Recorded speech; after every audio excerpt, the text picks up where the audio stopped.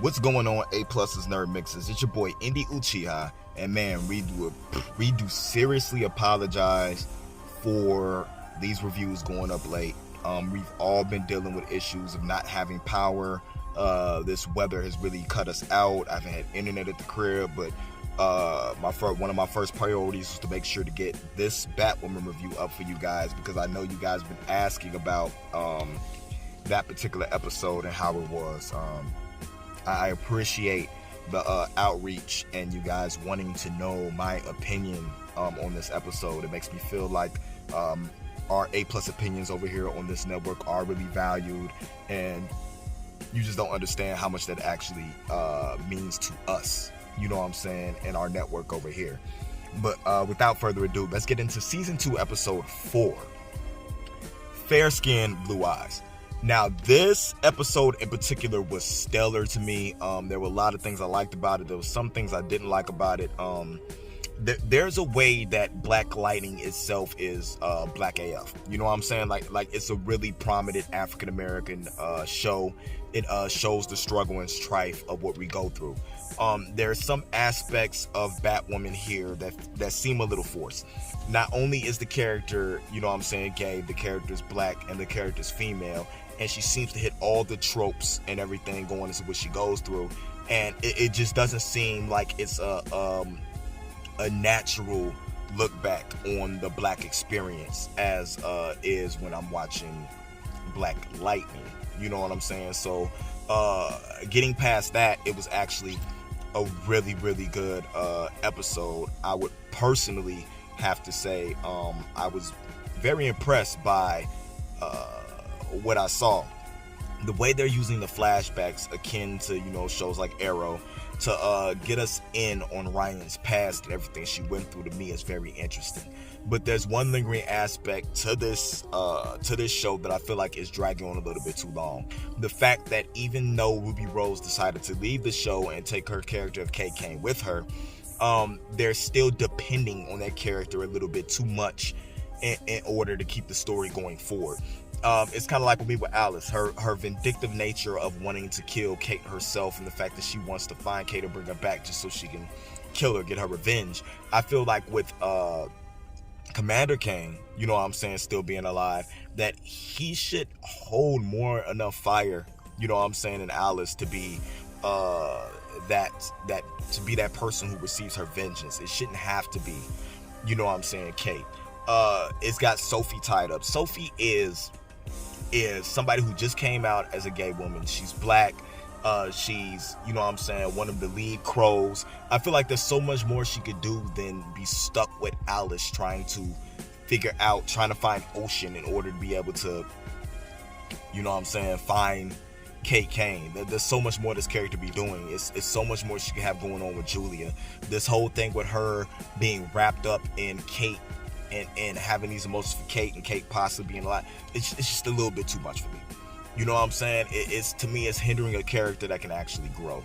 So they got that whole thing with them working together, you know what I'm saying, to find Osha for Sophia. And it gets a couple of good moments. You get Luke knocking on the door to go ask, you know what I'm saying, Sophie for help. He had an argument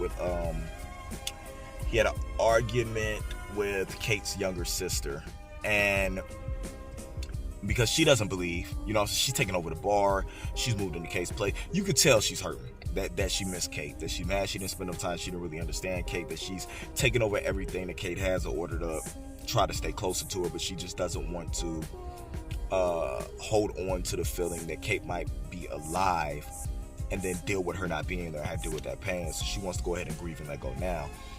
Luke hasn't given up hope at all on what's going on with this, and you see him fighting every inch. He believes everything Sophia said, and he's really trying to really wants to try to help to find Kate. So he even says, I'm going to somebody who really wants to find Kate as much as I want to, and it ends up going over to Sophie crib and finds Alice over there. Alice puts a gun on him, finds out that Sophie and Alice are working together, so I'm guessing he's going to work with him too in order to try to find Ocean and everything like that, in order to try to get Kate. The best part and the biggest part of this show to me was the flashbacks and the realization of Ryan growing up in a group home, It was an interesting way they told this story. She grew up in a group home, made a friend called Angela. Love was really into comic books, was really into a comic book about this kid that turned invisible. You know what I'm saying? Which I thought was pretty interesting. A pretty interesting aspect to, you know what I'm saying, have that type of comic and then have her disappear and nobody know what she wanted, like she was invisible. Runs into this candy lady who basically lures kids who won't be missed or anything like that into her car with candy and comic books, takes them and breaks them, and then sells them to the gangs. You know what I'm saying? So Ryan will wasn't want to be broken, but the way she starts having these flashbacks and these memory unlocked is because there's a kid who sets off an alarm after this amazing save that she made of taking somebody down. You know what I'm saying? So she ends up setting off this alarm, and the kid sets off an alarm, gives her a paper and says, my brother's been missing for about a month or something like that, and asking if she helped find him. So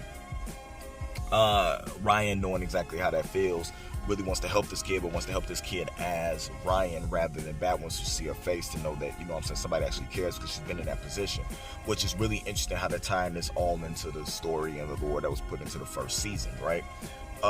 With Ryan being there and nobody coming to find her, and then finally her friend that she met in the group home comes and lets herself get captured in order to help her break out.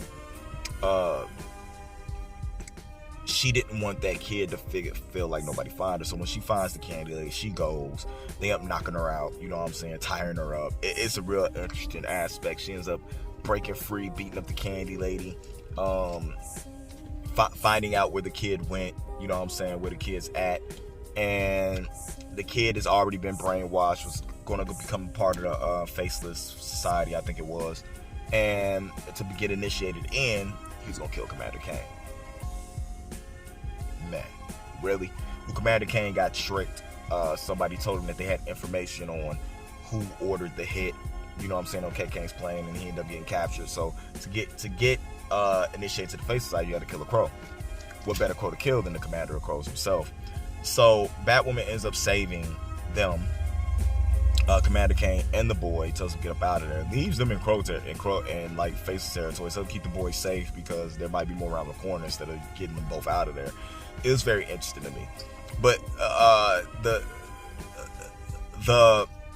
they forget me because I'm black moment was she thought somebody had came to find him. It was a group of kids who were looking for a missing kid, but it happened to be Beth Kane. They were looking for somebody with blonde, you know what I'm saying, fair skin, blonde hair, blue eyes, and it didn't happen to be Ryan, because that's one of the things that the lady used to tell him. Nobody's gonna come look for you. She had a little jar of jelly beans. It's like, I think it's like 30 jelly beans, something in there. When all these jelly beans are gone, you're gonna realize every day I'm gonna take one out. When you realize that nobody's coming in 30 days, you know that I'm the only family, only person that really cares.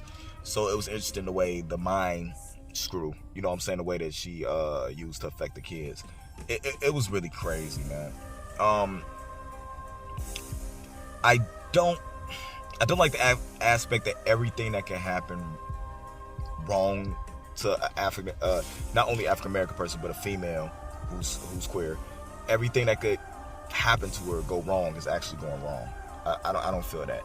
But Alice and Sophie end up figuring out where they think Ocean is, and the person they run into is a girl. Somebody's cooking drugs there, that snake bite drug.